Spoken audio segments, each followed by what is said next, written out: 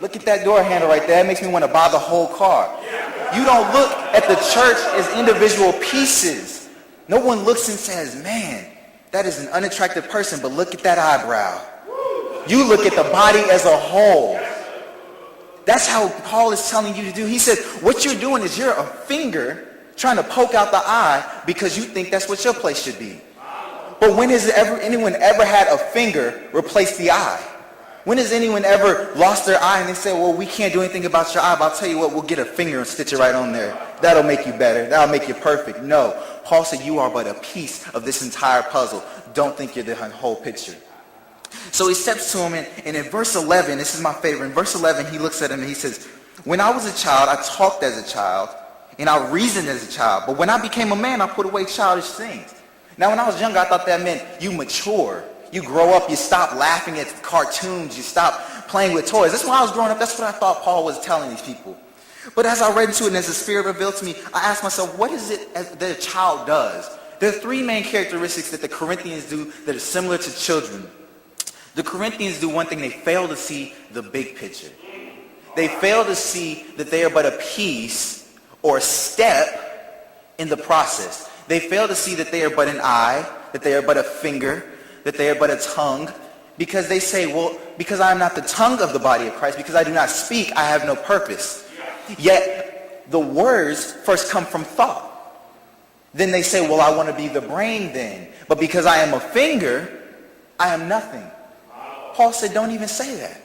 No one in history has ever said, man, you know, I have a brain, but I have 10 fingers and I just don't feel the need for all 10 of them. Let me lose about 8. I can do it with 2. No one says that. Everyone who has their entire body is happy. You have never seen anyone in history. And if we do see people who cut off pieces of their body, what do we say? They're mutilating themselves. Something's wrong with them. They need help. Yet in the church, we dismiss people and we say, no, you're just a finger. You never once see that in the church and say, we're mutilating the body of Christ. We're cutting off fingers because we don't feel that they're important. We're cutting off the tongue and we're trying to control, where we're taking out teeth of the body of Christ because it doesn't mean anything. Yet if I stood up here today and cut a finger off in front of you, everyone would scurry and scream and call 911 and get help because I'm mutilating my body. We mutilate the body of Christ. That is not our job. Our job is not to stand up here and tell people to cut pieces off and tell you to undersell yourself because you're a mere finger. As someone who's lost their leg, that is a painful thing. They have what's called phantom pains. They feel things that aren't really there. When we lose somebody in the body of Christ, we say, now we turn it over to the deacon. We look to our right and we realize we fired him yesterday. We realize we didn't agree with something that he had said earlier, or he told us something about our sermon, so we got rid of him. We mutilate the body of Christ. So children fail to see the big picture. Children also fail to do one thing. They fail to see and produce sacrifices. Now, Christ put a big emphasis on sacrificial lifestyle, giving up. But what people don't understand is, listen to what Paul says in the very first part of 13. He says, if I speak in tongues of men and of angels but do not have love, if I have the gift of prophecy, if I give my body to be burned, if I give all my money to charities, these are sacrifices. These are sacrifices. You give all of your money to charity? Most of us don't give 10% on Sunday. I know I don't. Most of us don't give full offerings. Yet you give your body to be burned? And then you say, well, I sacrifice.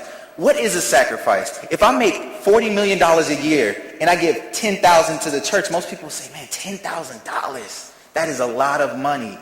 But I make $40 million a year. Is that a sacrifice? What if I make $52 every week and I give $50 to the church? Now that's a sacrifice. I have $2 to live on. I gave $50 by far outweigh the man who gave $1 million a year, because that is a sacrifice. What a sacrifice is something you give that causes you to give up something else. If I give to Christ, I should have to take away from myself. That's how everything is. We say, well, give your life to Christ. But as my brother said earlier, you have to count those costs. When you give your life to Christ, you say, I gave my life to Christ when I was 8. Yet every weekend I participate in anything I want to. Monday through Sunday and every day between them, I just do whatever I want to, but my life is given to Christ. No, your word was given to Christ. Your life was given to yourself. Children fail to produce and see sacrifices. How do you see a sacrifice? I see people sitting here today who had to give up being anywhere else because any choice for one thing is a choice against everything else. If you make a choice to be in church, you're making a choice against being everywhere else. If you make a choice for Christ, you make a choice against anything else that you could do with your life.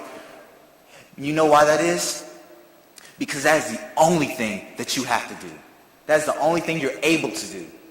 You witness people's sacrifices and you give of your own. But children fail to do this. Children fail to see that everyone else had to give up something. Children fail to see that mommy cannot keep coming to school because you're getting in trouble because she has a job. Children fail to see that mommy had to give up some of her dreams when she found out that she was pregnant. Children fail to see that mommy and daddy stay together and sometimes they fight, but it's all for the good of the children. See, they fail to see those sacrifices that we give up for children. And as children of Christ, we fail the same ways. The last thing that children do is they have that look at me mentality. That watch what I can do. And that's not something wrong. Children want the approval of their parents. So they do whatever they can. Have you ever seen children hurt themselves in an attempt to show their parents? Their father once said something along the lines of, man, I was watching wrestling and this guy did this backflip. It was incredible. What do children want to do? A backflip. I almost strained my neck one time trying to do a backflip because my dad thought it was cool. We were watching a ninja movie. Landed right on my neck. Almost knocked myself out. Did I tell him? No. The day I finally learned how to do one, I told him then. Children have that look at me, watch me, because how many times a day do you hold your hand up in front of your face like this? Chances are there are very few people in your life you ever saw their hand and said, man, you got a beautiful hand. Just sounds like a weird compliment. Look at somebody, you always said, hey, you have beautiful eyes. You have a great smile. Features that lie along the face. What does the face do? It's the first and last thing you see of somebody. Same way in the church. Because you're the first person, you're the greeter at the door, you're the pastor, you're the associate pastor, something with a title. You're a face of the church. It's the term, the face of the church. And if we're not a facial feature of the church, we feel we're being undersold. So we want to say, look at me. We step in the way. That's why they say, get your hand down, you'll ruin the picture. You're trying to step in the way of the face. That's the problem. When was the last time you saw someone put their foot in front of their face? Never. When you take a picture, the first thing you do is put your hands at your side, at your back, at your front. You never put your hands in front of your face unless you don't want the face to be seen. What do they do when they're getting carried out of court and they don't want anybody to see their face? They shield it. They put the hands up. And that's odd to us. That represents shame. Human characteristics, your face in front of you, covering the face has always represented shame. So we don't want to do it. So we tell ourselves, but we have a completely different mentality when it comes to us in the church. If we're the fingers, if we're the hand, it's not a shame to cover the face. It's just us wanting to get our proper position, forgetting that we're a hand, forgetting that we're a foot. Now the question is, when you see children doing these things, what do you say? They're young, they're immature, they don't know. It's all right. You're patient with them because they're children. But there's a point where the children of God need to grow up. We are not meant to be toddlers. You can still be 17 years old and be considered a child.